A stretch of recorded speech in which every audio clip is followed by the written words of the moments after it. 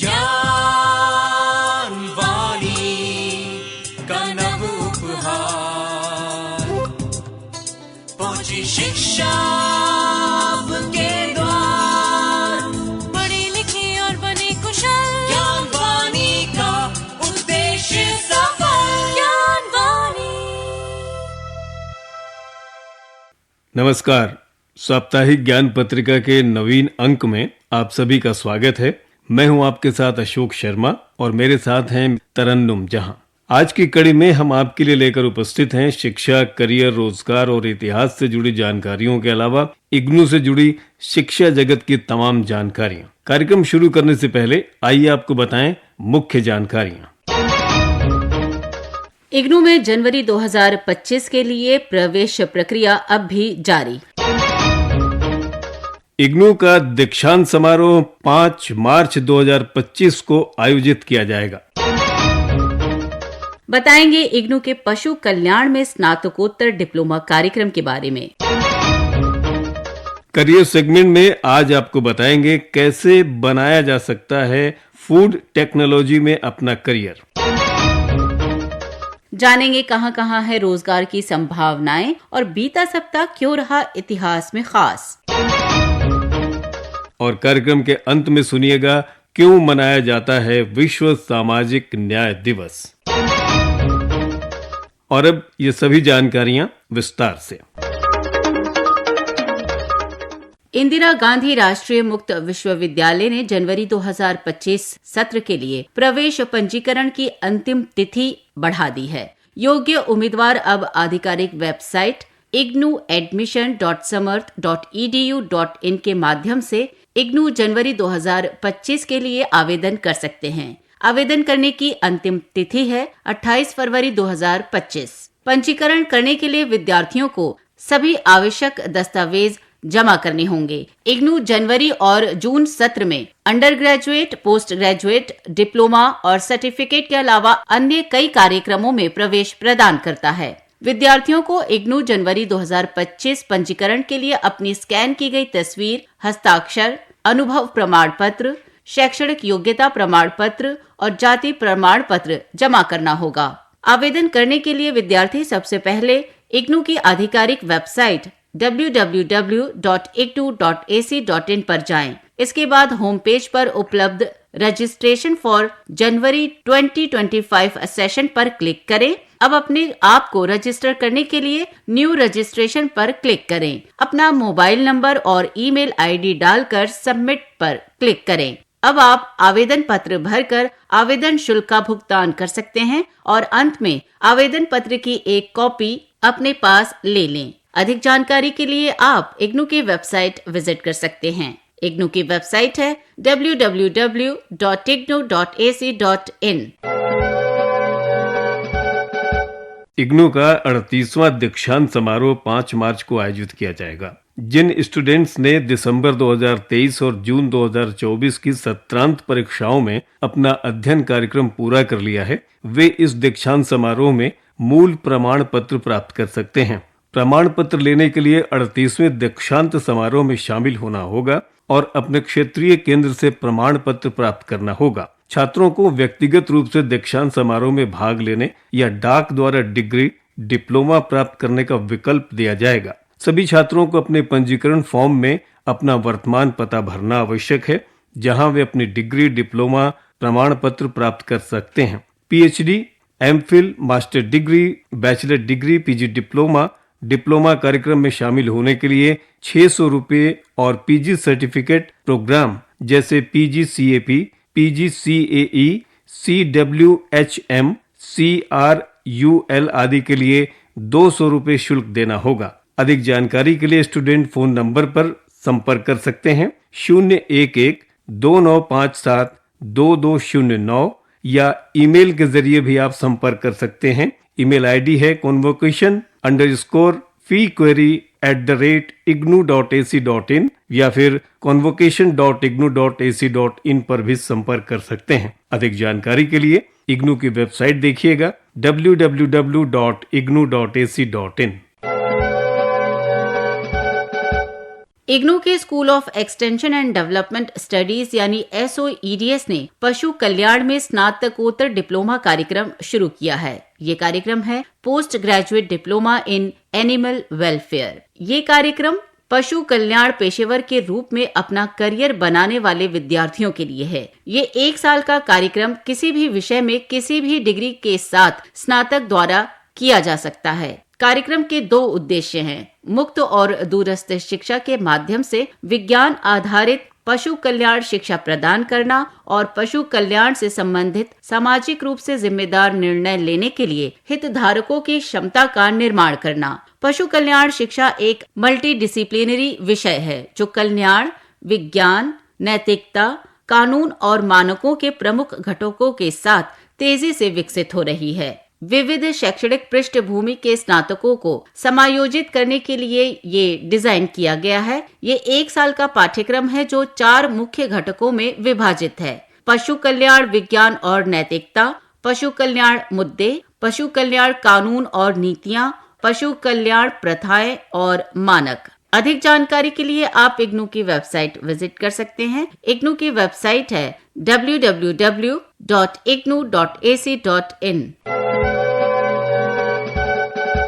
आप सुन रहे हैं साप्ताहिक ज्ञान पत्रिका। साप्ताहिक ज्ञान पत्रिका के करियर सेगमेंट में आइए लेते हैं जानकारी फूड टेक्नोलॉजी में अपना करियर बनाने की।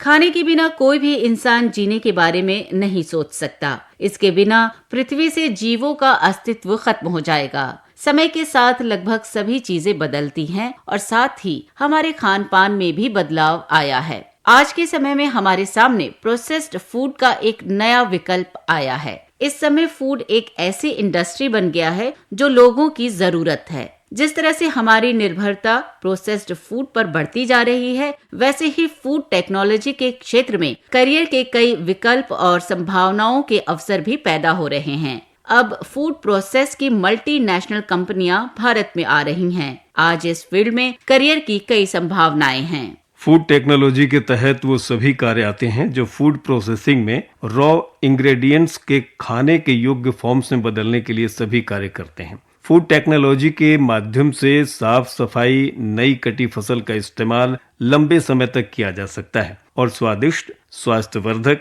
आकर्षक और बाजार में बेचने योग्य फूड प्रोडक्ट्स तैयार किए जाते हैं। अगर आप इस क्षेत्र में करियर बनाना चाहते हैं तो आपको भौतिकी, रसायन विज्ञान, जीव विज्ञान, गणित या होम साइंस में 12वीं पास होना जरूरी है।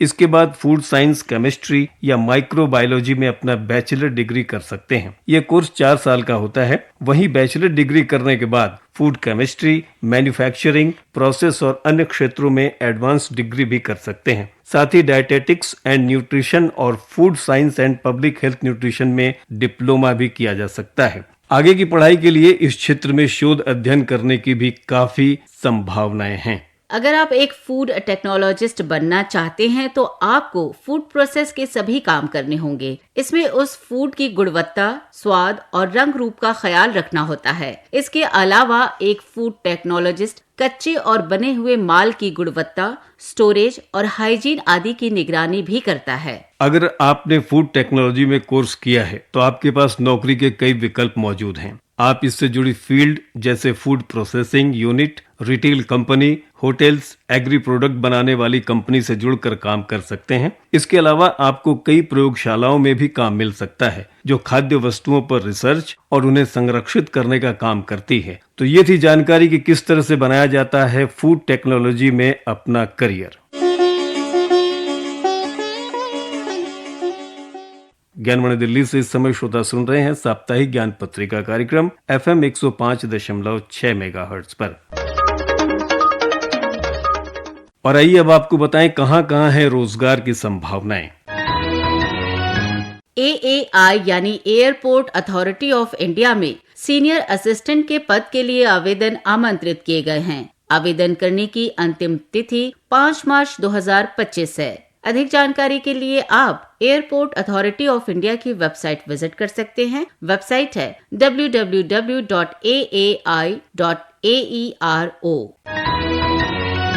रामानुजन कॉलेज में असिस्टेंट प्रोफेसर के पद के लिए आवेदन आमंत्रित किए गए हैं। आवेदन की अंतिम तारीख है 8 मार्च 2025। अधिक जानकारी के लिए संस्थान की वेबसाइट देखिए। वेबसाइट है www.ramanujancollege.ac.in।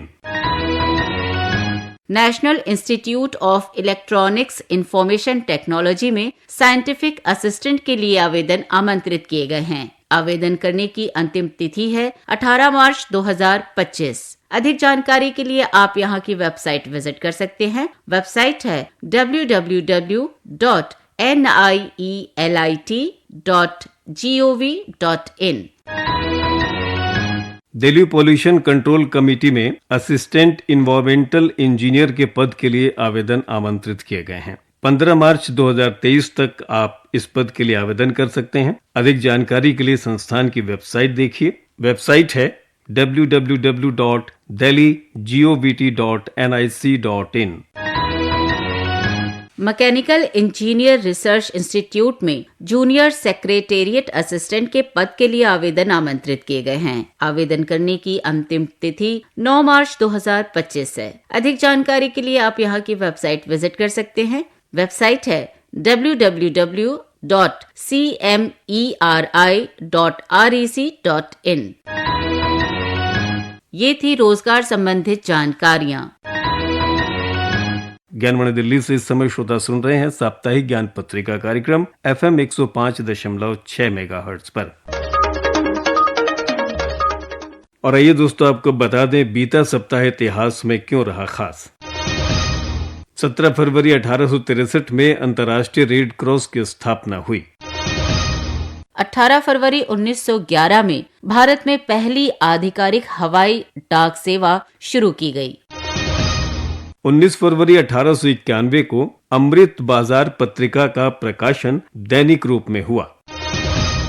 20 फरवरी 1986 को देश में पहली बार कंप्यूटरीकृत रेलवे आरक्षण टिकट की शुरुआत की गई। 21 फरवरी 1959 को नई दिल्ली में प्रेस क्लब ऑफ इंडिया की स्थापना हुई। 22 फरवरी 1997 को पहली बार क्लोनिंग के जरिए एक भेड़ का जन्म हुआ। तो ये थी जानकारी बीता सप्ताह इतिहास में क्यों रहा खास। ज्ञानवाणी दिल्ली से इस समय आप साप्ताहिक ज्ञान पत्रिका कार्यक्रम सुन रहे हैं FM 105.6 मेगाहर्ट्ज पर। और आइए अब आपको बता दें क्यों मनाया जाता है विश्व सामाजिक न्याय दिवस।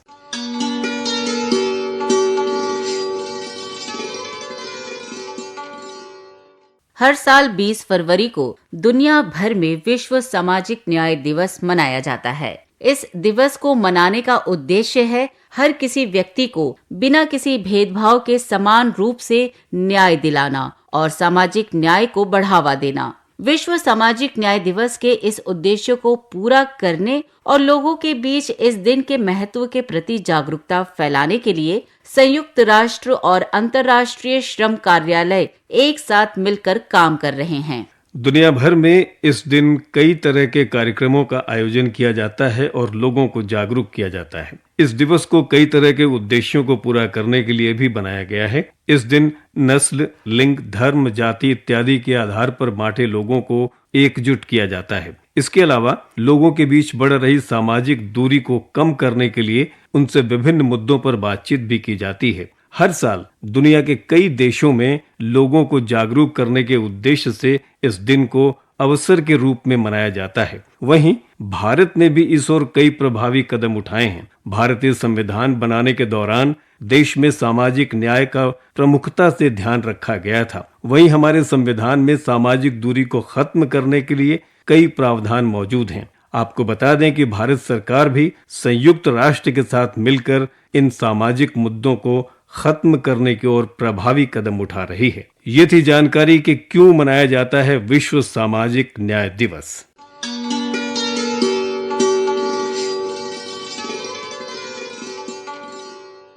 अभी श्रोता सुन रहे थे साप्ताहिक ज्ञान पत्रिका कार्यक्रम। आज की कड़ी में बस इतना ही।